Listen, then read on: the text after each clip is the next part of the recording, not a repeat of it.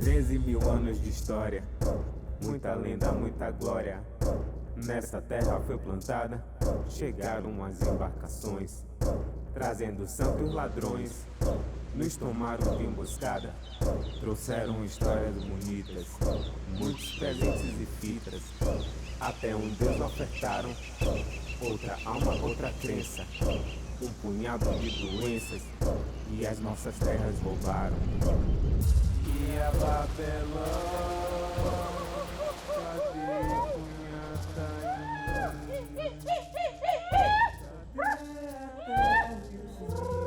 Quem disse que fomos descobertos? Nós fomos invadidos. Nossa história não tem apenas 500 anos. Nós descobrimos todo esse continente onde vivemos.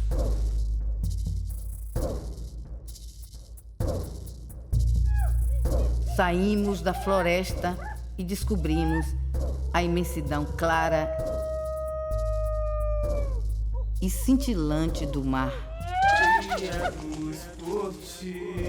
Potiguar, Caeté, Tupiniquim, Temiminó, Tamoio, Tabajara, Tupinaê, traduzidos em um único nome, Tupinambá.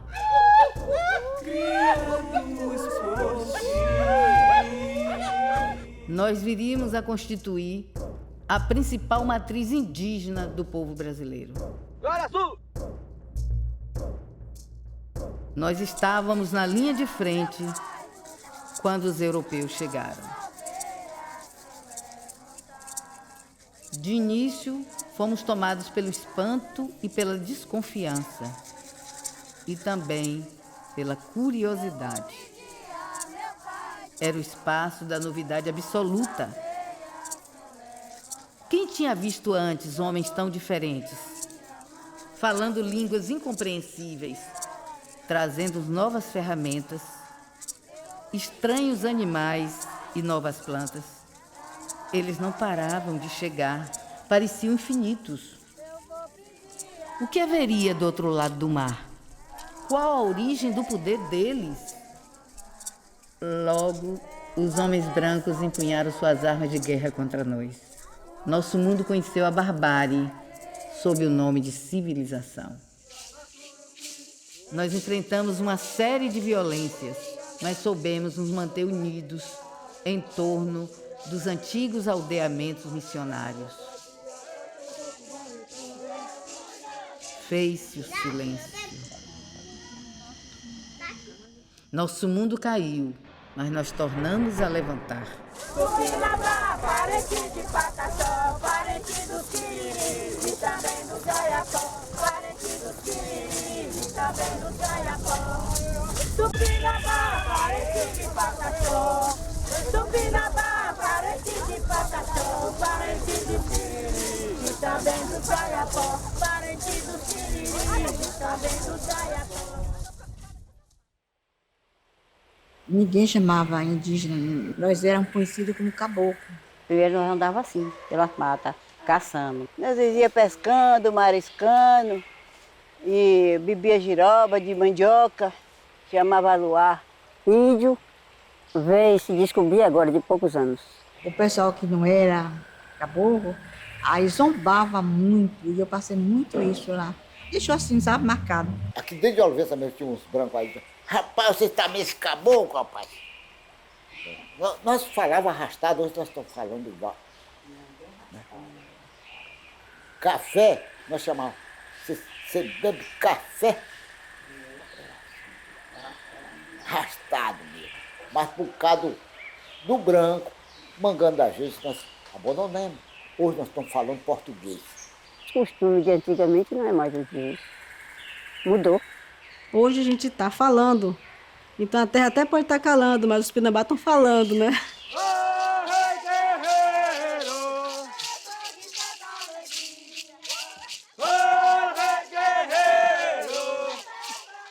Viemos lá do Oriente, descendo pelo Estreito de Bering. Que aldeia é aldeia Tupinambá. E chegamos aqui, né? Atravessamos, chegamos aqui no Brasil.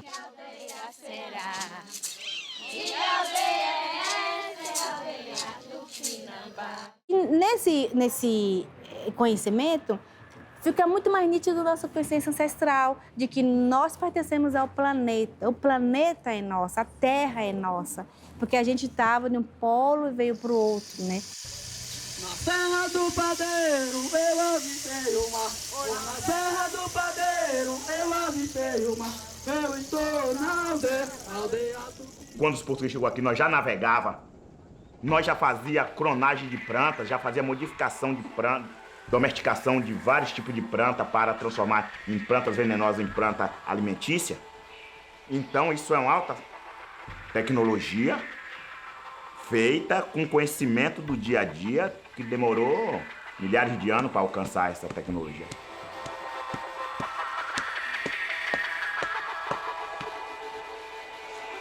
Os Tupinambá se guiavam pelas estrelas, sabia fazer cálculo a longa distância de ação climática, de tudo, para saber se deslocar. Então, nós éramos um povo altamente conhecedor e evoluído.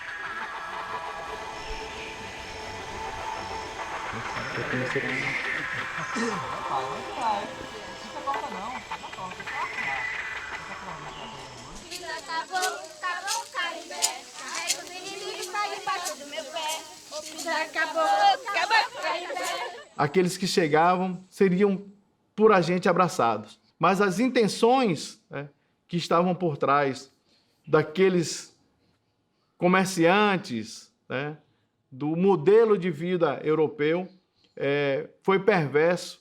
Os piores que vieram de fora, estrupadores, malfeitores, e aí que estavam nos litorais e pegaram todas essas pessoas e foram se misturando, mas à base da violência. Eles perseguiram, aniquilaram nossos sábios, mataram nossos principais, nossos estudiosos, né?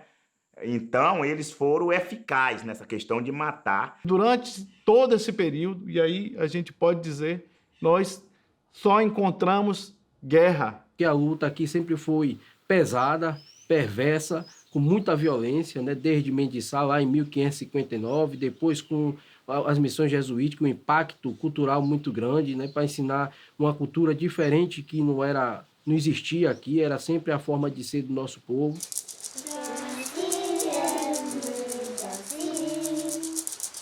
Foram massacrados por carta registrada por Mendes Sá, o rei de Portugal, que se mataram enfileirado de corpos, uma légua, 7 quilômetros de corpos. Isso é um dos grandes genocídios dos povos originários e que a gente precisa fazer essa leitura, essa reflexão, para que entenda um pouco como o povo tupinambá resistiu e permaneceu nesse território até hoje.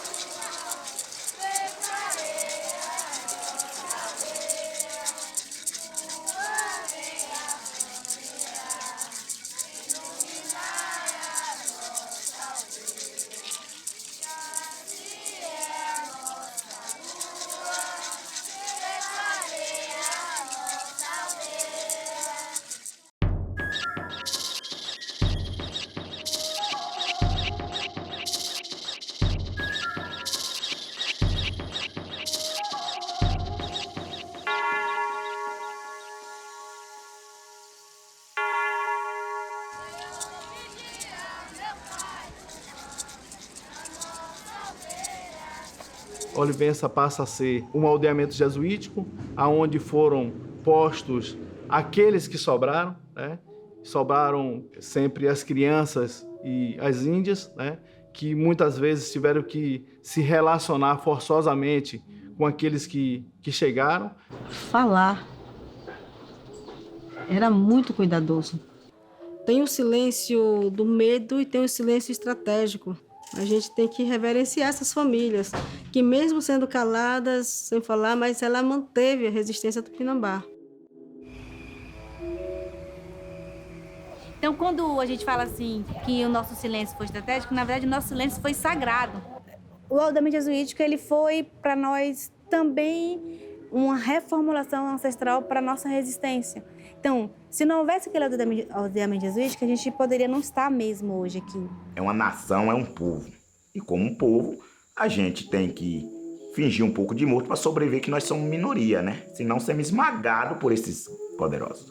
Então, o papel da igreja, ela teve um papel extremamente ruim, né, na colonização, né? Mas depois a gente acredita que nós estamos fazendo o processo de minha culpa é tão grande culpa, e vendo de que maneira a gente pode remediar essa nossa presença junto aos povos indígenas. Então nós temos experiência que é só estar presente entre eles, né? Sem estar doutrinando, né? Sem estar querendo abrir a cabeça das pessoas para enfiar Jesus dentro, como se algumas religiões infelizmente fazem, inclusive a nossa. Através da lei pombalina, né? Essa região aqui chegou portugueses, pessoas não índias, chegaram negros que estavam em situação de fuga.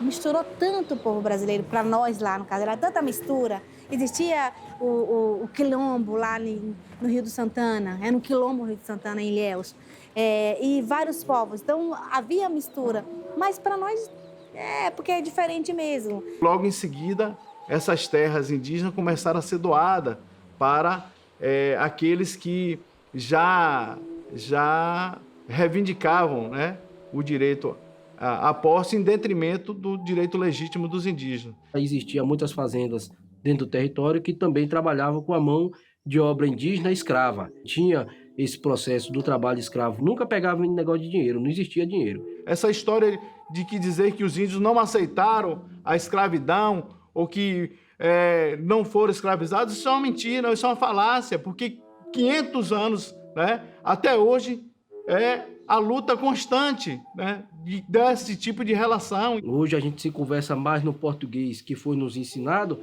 mas quando a gente faz o processo de busca dentro da educação com esses mais antigos, que dizia que quando conversavam na língua, que era coisa proibida, estava fazendo junção de forças para lutar contra o governo, então os mais velhos diziam que estava cortando língua. Quando sabia que estava fazendo isso, as pessoas eram torturadas, eram pregadas as orelhas, eram arrancadas as unhas. E os nossos antepassados, e os nossos avós, e bisavós e tataravós tiveram que fazer essa convivência pacífica, né, para se manter na sua origem, né?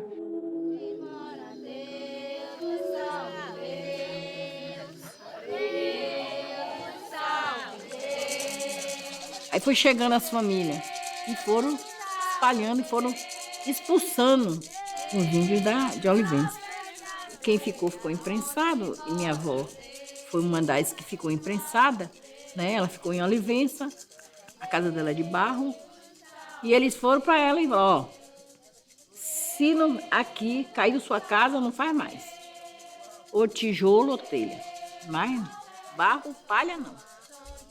Ela disse, e agora? Aí chamou, que ainda existia o segredo, chamou todo mundo no segredo, falou, olha, a partir de amanhã, quem for no mato, traz a vara. Quem for lá na água, traz o barro. E vamos juntar aqui. Fez por dentro, aí deu uma chuva, aí de fora caiu, aí a outra estava. Eles foram lá. Mas você, ela disse, aqui é meu, aqui eu só saio pro cemitério.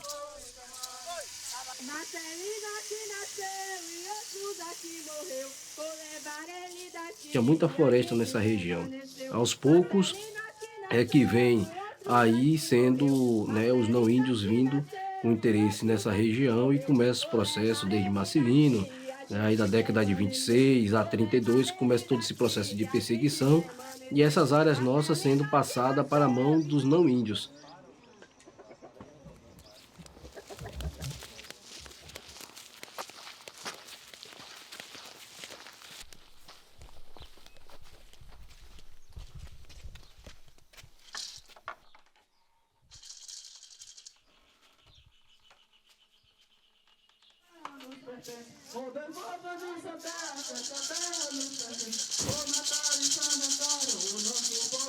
Aqui era território Pataxó e Tupinambá, e aqui era o território Tupinambá. Isso aqui tudo era floresta e era tudo emendado aqui. Podia sair daqui e atravessar em território indígena até chegar aqui. E que era também área de caça deles, os refúgios, né? ficar longe das perseguições, sempre veio para aqui. Mas isso aqui tudo era território. Aí depois, como reduziram, foi criando essas pequenas cidades, né, em volta do nosso território, e hoje o que cabe a gente é procurar viver no que restou. Quem segurou mesmo foi os Tupinambá.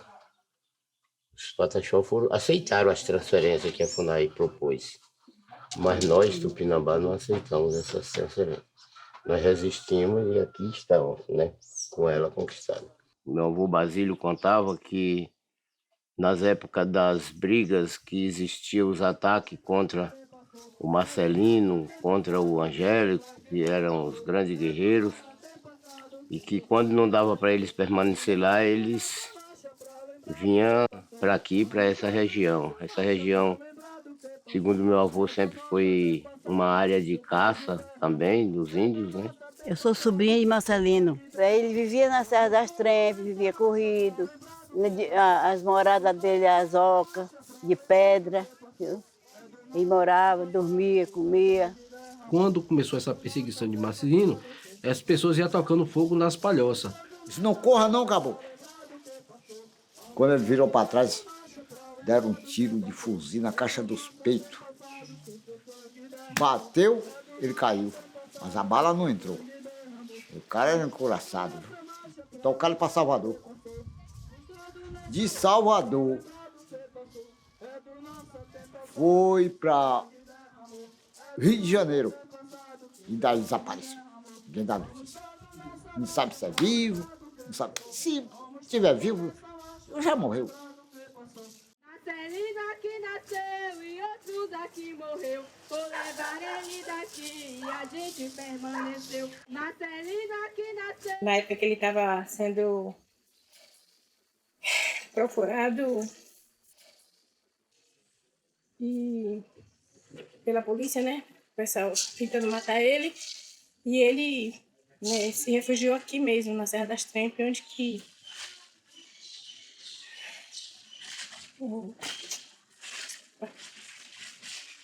ele conseguiu viver mais tempo, né? Aqui na Serra das Trempes, na nossa terra.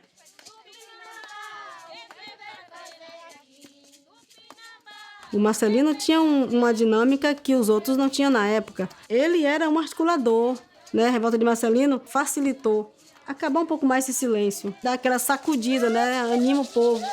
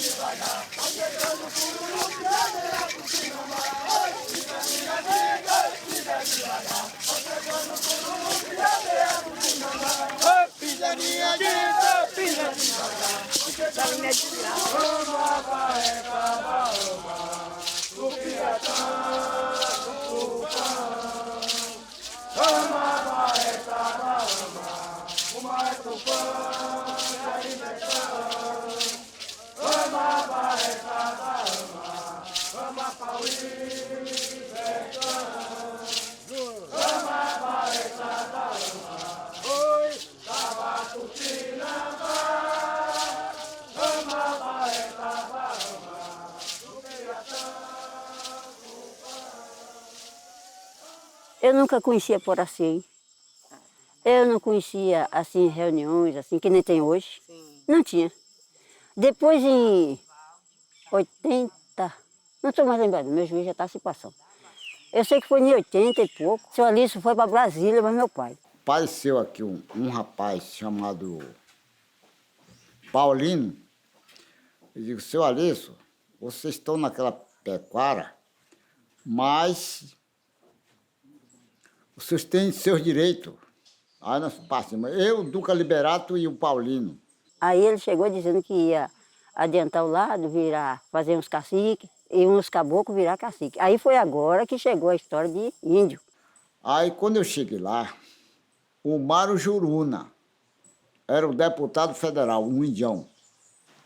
Eu pensei assim, Mário Juruna, olha, nem conhecia, né? Mas aquilo veio em minha mente. Eu digo, você veio que tribo? O senhor veio. Eu não pude responder nada a ele. Eu não sabia os pais da gente, não dizia, era uma aldeia, mas não dizia que tribo nós era. O senhor veio saber o que aqui? Veio atrás de quê?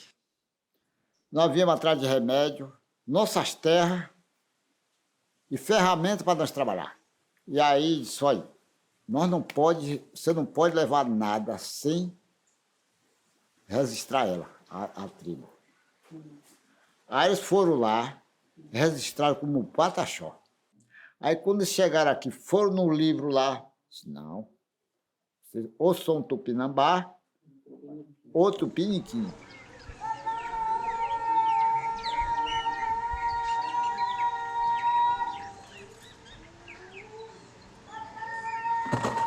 O manto da minha aldeia é de pena de cocar, o manto da minha aldeia é de pena de cocar, meu colar é de semente, meu cocar macucuá. Da Serra do Padeiro eu avistei o mar, eu tô na aldeia, aldeia Tupinambá, eu tô na aldeia, aldeia Tupinambá. O pessoal de Brasília liberou 6 caixas de remédio na FUNAI de Salvador. Isso foi os primeiros trabalhos, né? Primeiro movimento. Aí, depois um pessoal lá, vizinhos, que era tudo, o pessoal não era índio, aí falou que no dia que meu pai fizesse essa reunião lá, eles iam acabar em bala. Ligaram para a federal, quando foi no dia, o homem disse que ia matar meu pai por cima de federal, por cima de tudo. Aí meu pai saiu. E aí parou, pronto. Que aldeia é essa, aldeia Tupinambá?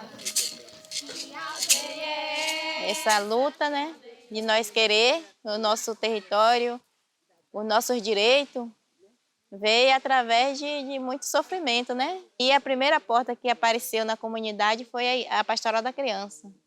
Dona Nivalda teve a ideia de trazer a Pastoral da Criança, nem só para essa comunidade, como para todas as comunidades de Tupinambá, em busca de ter o reconhecimento da terra, né? Se reunia as pessoas, e aí Dona Nivalda incentivou também a nós fazer uma carta, né?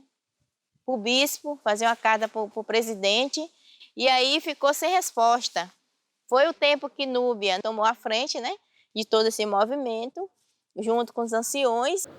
Eu envolvida com a Igreja Católica, acompanhava o padre, ele ia todo domingo, eu visitava toda a aldeia. Eu me propus com ele a ir para essas visitas, e eu percebi assim, que tinha um trabalho voltado à Igreja Católica, que também é chamado Pastoral da Criança, que reunia as mães para pesar aquelas crianças. E eu fui ver uma vez, e assim, pesava as crianças e tchau. Não tinha momento de conversar sobre nós. Núbia foi assim, uma pessoa essencial dentro do nosso movimento, porque ela que, na verdade, nos ensinou e nos ajudou mesmo com que nós pudéssemos assim nos assumir. Foi a partir dela que a gente começou a caminhar e ver a necessidade das comunidades. Eu sempre soube que era indígena. Não é um saber só da agora, é um saber que está em mim, que me pertence. Eu falei para a mãe, mãe, eu preciso saber quem é a gente, que povo é esse? Eu cheguei assim, eu não sei. Eu nasci na roça entre 2 pés de piaçaba. Foi lá que eu nasci e vivia um tempão, né? Então, aí ela perguntava, mãe, qual é a sua etnia? Eu cheguei assim, eu não sei nem o que é etnia. Eu não sei nem o que é etnia. Eu, não, mãe, essa origem. Eu cheguei assim, menina, eu sou cabocla, né? A minha cara não nega. Né? Por todo canto que eu passo, todo mundo sabe que eu sou uma cabocla. Meu avô era caboclo. Então, o caboclo na época considerava o índio, que era aquele nome pejorativo que dava, né? Ou você é caboclo, ou você é pardo, ou você é índio lá do norte, ou você é branco. Então, no Nordeste, às vezes, as pessoas discriminam a gente por conta disso. Discriminam os índios. Você é índia, mas ele não é. Ele tem o cabelo enrolado, e esse tem a pele escura. E como é que é índio? Esse tem a pele branca e não entende o contexto da autoafirmação, né, do pertencimento a um lugar. Defende a nossa existência, nós teremos resistência. Então, mulheres, seguimos em marcha! E aí a gente pegou as nossas histórias, juntou com Núbia, e aí a gente foi para as reuniões participando, e aí a gente diz, nós somos índios também de Olivença. E aí, qual é a etnia? Eu sou Tupinambá, meu pai é Tupinambá, meu avô Tupinambá, essa aldeia é Tupinambá. Não é uma coisa que eu achei bonitinho Tupinambá, nem achei bonitinho Tupiniquim, nem achei, não. Nossos anciões estão reafirmando que nós somos Tupinambá. Nós somos Tupinambá, sim, porque os não índios diziam que nós éramos tupiniquins, né? Porque era eles que escreviam. Piniquim é um piniquim desse tamanho. É Tupinambá. Tupinambá nós estamos, nós só bota para lascar. Tupinambá já subiu a serra. Tupinambá já desceu a chapada. Tupinambá já tocou boré. Reuniu toda a parentada. Tupinambá já subiu a serra. Tupinambá já desceu a chapada. Tupinambá já tocou boré e reuniu toda a parentada. Eu não posso nem cantar, porque eu sinto muito movimento. Em 2000, a gente reuniu os parentes em Água de Olivença e eu peguei e falei assim, ó, meus parentes, eu preciso que a gente agora diga para o mundo, para o povo brasileiro, para nós mesmos, quem somos nós. Nós somos caboclos de Olivença, e aí foi que o parente ele já não está mais entre nós. Ele veio devagarzinho, chegou no centro da roda, pegou uma burduna e um maracá, e bateu firme, ele tremia, ele bateu essa aldeia Tupinambá.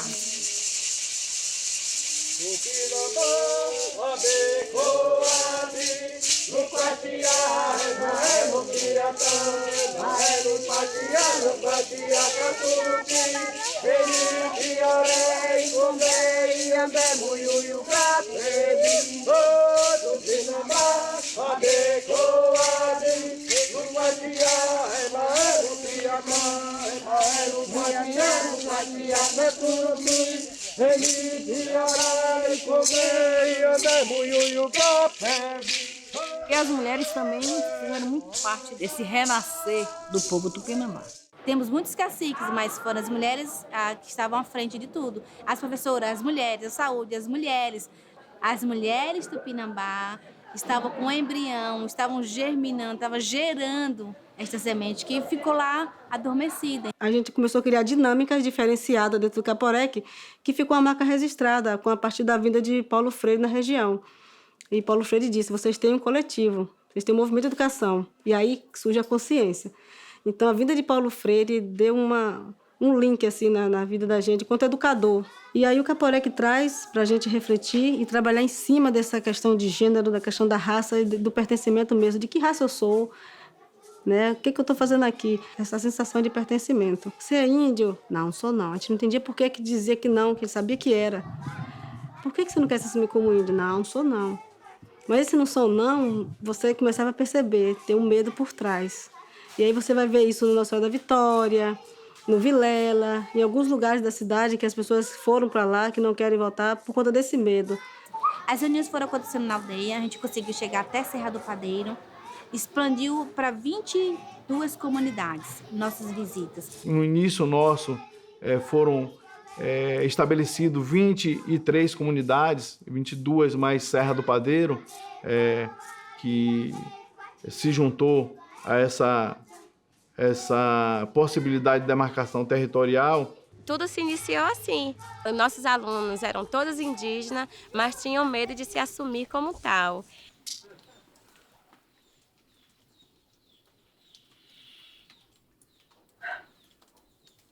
A gente vê hoje uma luta pela educação. Todo o Brasil está movimentado para isso, né? Várias bandeiras, são várias universidades, várias culturas estão falando de educação. Trabalhar num lugar durante anos, simplesmente pela causa.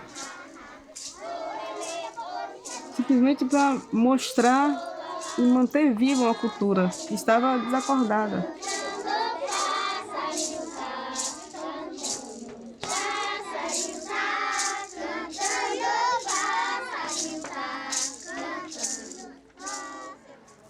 Quando eu comecei a estudar para magistério, então eu tive que planejar aulas e fui pensando nessas aulas que retratavam sempre a gente. Então eu decidi, a partir do curso de pedagogia, voltar para o meu povo, porque eu fiquei pensando, cadê meus parentes que não chegam na universidade, que não chegam nem ao ensino médio? Vieram vários encontros e fomos chamados para ir para um evento, que era um evento indígena, que estava pensando os outros 500. Esse pensar os outros 500 fez um movimento dentro de mim e na Pedriza de avançar para reunir os parentes. E nós nos propomos, junto com a formação do Capurec, a fazer reuniões constantes na aldeia. Onde tivesse parente, a gente foi atrás.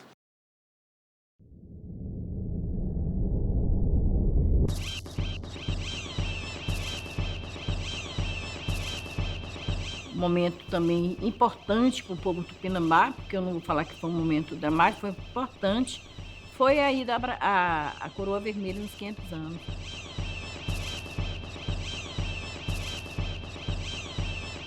E quando a gente entendeu que precisávamos lutar juntos, e que a possibilidade de demarcação do nosso território só poderia vir com essa junção, eles tremeram, e por isso que eles dizem que somos ressurgidos, por isso que eles identificam esse momento, de ebulição e de organização do povo indígena para reivindicar uma coisa que é legítimo e é de direito.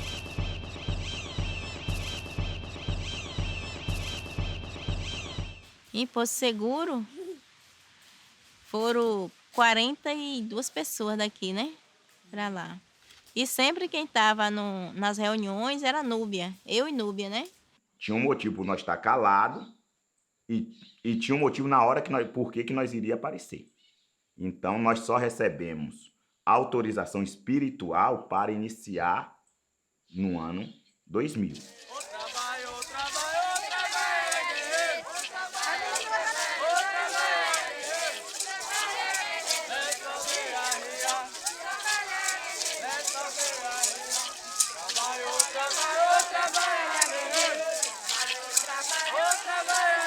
Então a gente teve momentos entre a gente que era emocionante, mas os 500 anos marcou um outro momento histórico de pessoas dizer pra gente assim, mas eu achava que o Tupinambá não existia mais.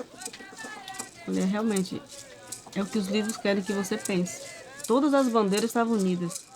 Não só o MNU, Movimento Negro de Palmares, mas o movimento do MST, o movimento do MLT, né? Tinha a CPT, né? Tinha a CIMI, tinha outras, mas tinha esse movimento da terra.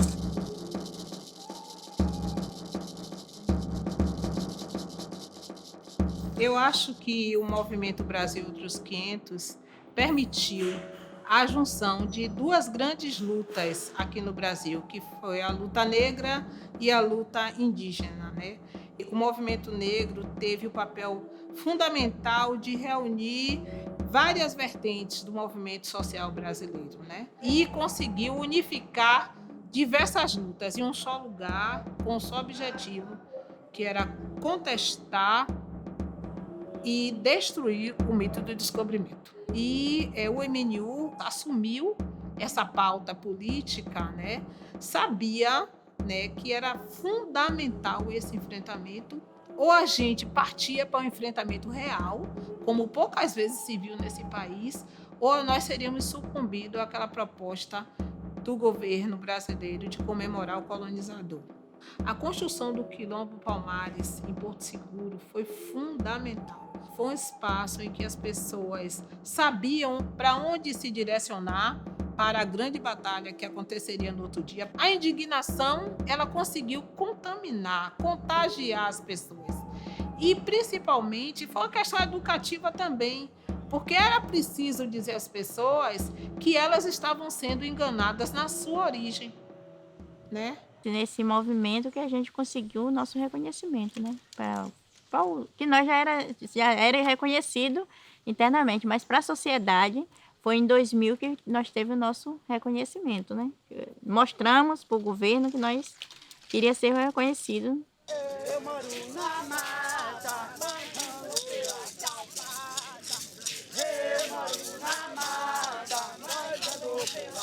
O povo tupinambá, nesse processo de identificação étnica, foi o povo que teve, a gente costuma dizer, a nível de Brasil, foi das etnias que teve a maior facilidade de ser reconhecida, porque a quantidade de documentos, né, contidas, né, nos livros de tombo da igreja, né, deixada pelos jesuítas, foi assim, extremamente muito bom para os tupinambá.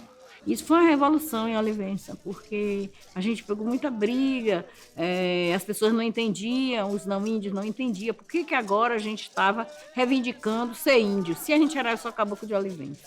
Esse reconhecimento étnico que dá direito ao território não foi muito bem visto na própria Ilhéus, na própria região nossa, porque o povo lá dizia assim, não existe mais índio aqui. E eles, não, isso não é índio não, bando de baderneiro, de bêbado. Mas todo mundo esquece que uma árvore se corta, mas deixa as raízes, né? Eles fizeram tudo, cortaram as árvores, tocaram o fogo, mas a raiz brotou. E nós somos a raiz. Mas a gente de Tupinambá não é por opção, não. É por resistência. A gente nunca esteve fora. Sempre esteve aqui. Mas, de repente, você ressurge, você levanta, você mostra, olha, eu estou aqui. Está dito aí não por a gente, né, mas pelos aqueles que vieram nos atestar. Né? Então está aí dito pelos antropólogos, constituído pela FUNAI, está aí tendo essa relação de interação e de fortalecimento da cultura, porque isso é a partir da Constituição de 88, com a Constituição Cidadã, que abre espaço, né, para que os povos indígenas tenham seu direito garantido na Constituição, no seu artigo 231 e seus parágrafos, né, trouxe de volta, né, esse momento, né, talvez de levante, né, e de resistência do povo para a conquista do seu território. Então, a nossa presença aqui tem uma cronologia. Né? Nós não estamos aqui chegado ontem.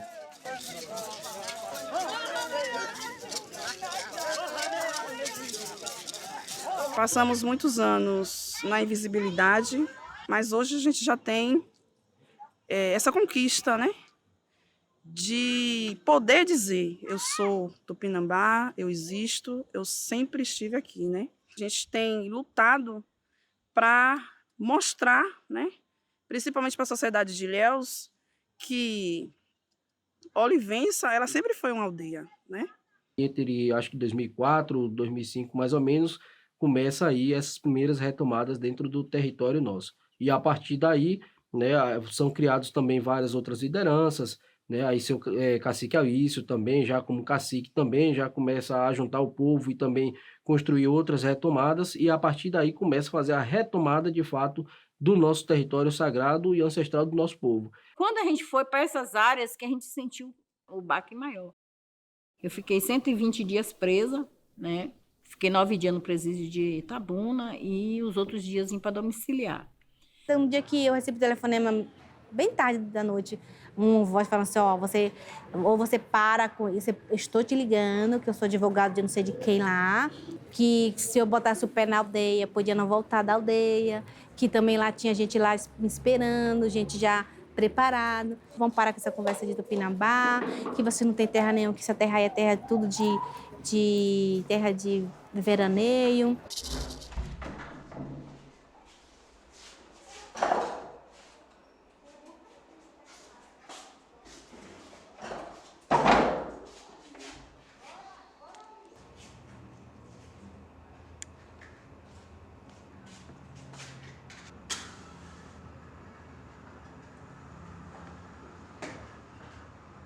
Eu estava grávida do meu filho, aí com o conflito se estendeu, Meu irmão, no mês de fevereiro de 2010, ele foi emboscado aqui em casa e foi preso, levado, né, à noite, em uma prisão arbitrária. E aí, logo depois, eles foram mandados para o presídio máximo de Mossoró.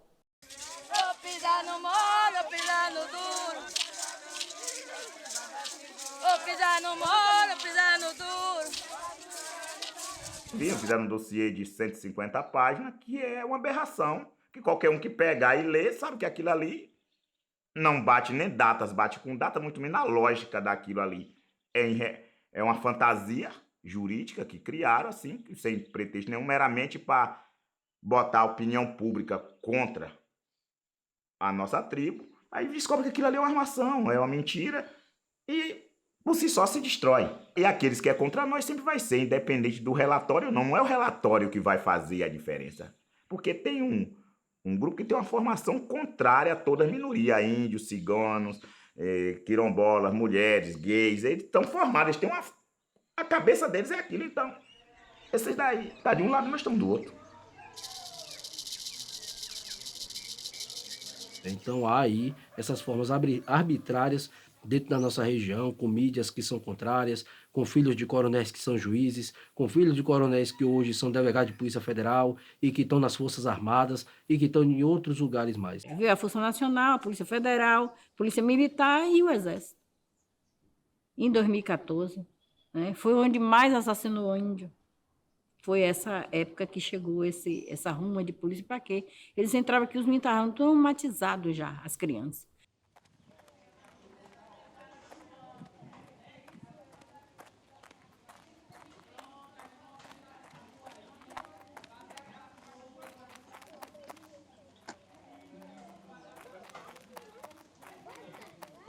Então, hoje, o povo tupinambá tem seu território delimitado, não tem problema nenhum, né, para que se demarque o território, mas por interesses de pessoas que são interessadas, inclusive, a criar meios de resorts, criar meios de mineradoras, né, dentro do nosso território, não demarcam, porque há interesses políticos dentro desse processo. Ninguém, até o próprio Ministério da Justiça reconhece, tem um vídeo, né, gravada pelo ministro da Justiça, admitindo isso, né, que não existe mais nenhum impedimento que a Carta Declaratória do Tupinambá seria assinada e até hoje não foi assinada. Qualquer comunidade que eu for ajudar, o meu interesse é deles passar a alegria que eu passei, deles sentir aquela sensação de vitória, assim como eu senti. E a sua espada na mão. Hoje, a luta principal não é mais a serra, sim a praia, que é a grande disputa do território. Que é onde está o grande capital internacional querendo tomar tudo. Enfrentar uma concepção financeira que manipula os sonhos e os pensamentos das pessoas é dureza.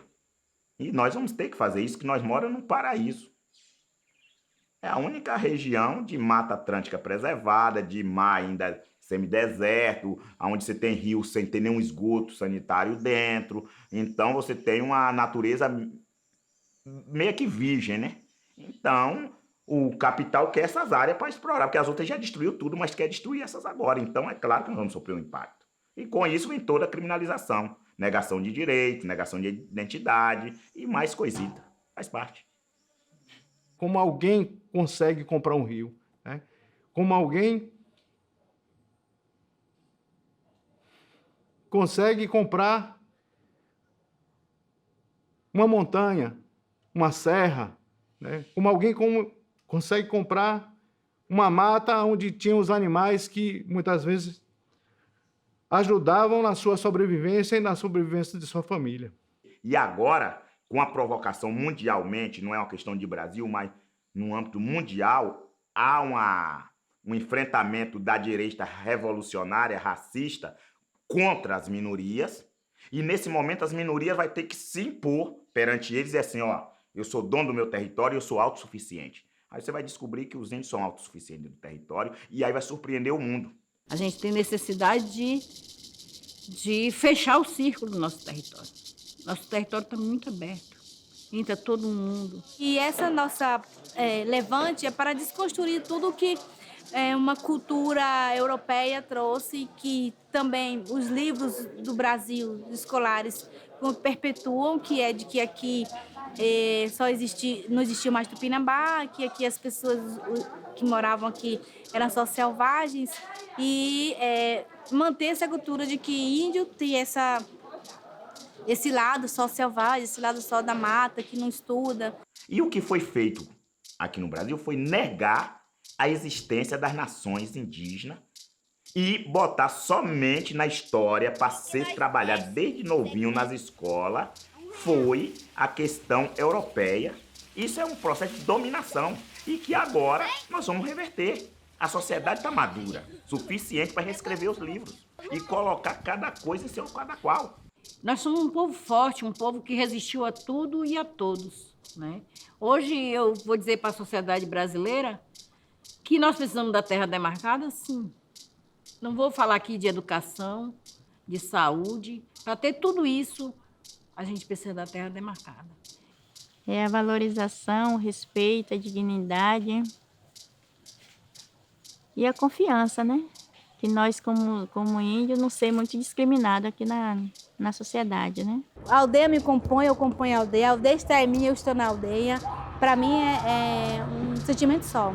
Que a sociedade em si, as pessoas possam fazer essa busca também dentre, né, os seus familiares, para poder compreender também o seu papel no mundo, né? O que eu, como sociedade brasileira, posso contribuir, né, comigo mesmo, mas também para uma luta de um povo que ainda existe e faz parte de uma discussão da construção do nosso país.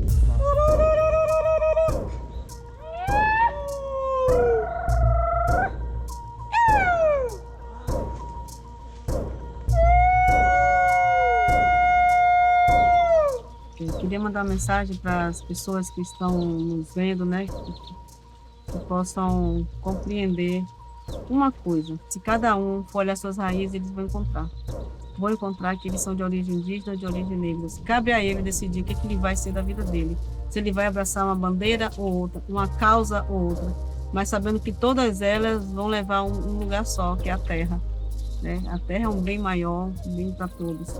E queria que as pessoas, quando tivessem essa consciência de que esse país, nessa violência, juntou muitas nações, né? Eu queria que eles olhassem para trás, buscassem essa ancestralidade deles, para saber essas raízes. Só assim eles vão conseguir me compreender. Porque no dia que cada um buscar as suas raízes, vai compreender que ele, ou ele é índio, ou ele é negro, ele não pode me discriminar. E que ele pode olhar para mim como se fosse um espelho. Eu queria muito ainda poder que esse país pudesse se olhar no outro e se reconhecer no outro. A maioria dos brasileiros é indígena o bastante para dizer que está aqui há milênios.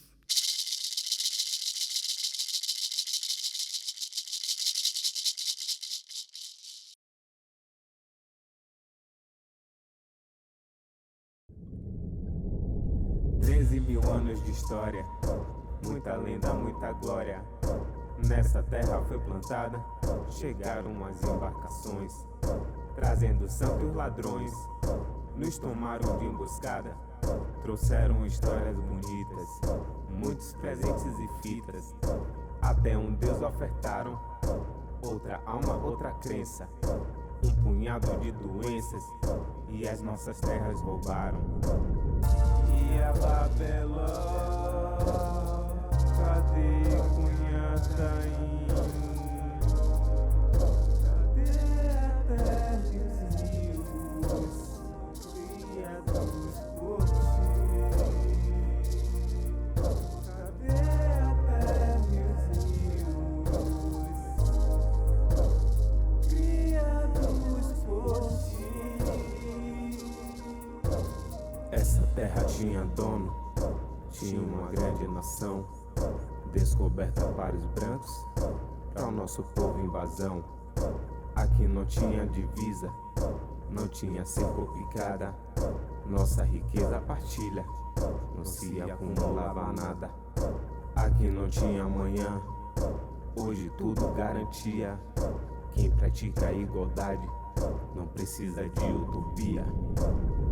E a Babeló, cadê Cunhataim? Cadê Adélios e os criados por ti? Cadê Adélios e os criados por ti? 500 anos de saques, muitos golpes e massacres contra os povos da floresta, missionários navegantes, assassinos bandeirantes, vão ser lembrados com festas. A história verdadeira, os europeus não contaram, seu progresso imperialista, muitas nações dizimaram, mataram nossa cultura, nosso povo e a floresta. Garimpeiros, fazendeiros, correndo atrás de dinheiro. Querem matar o que ainda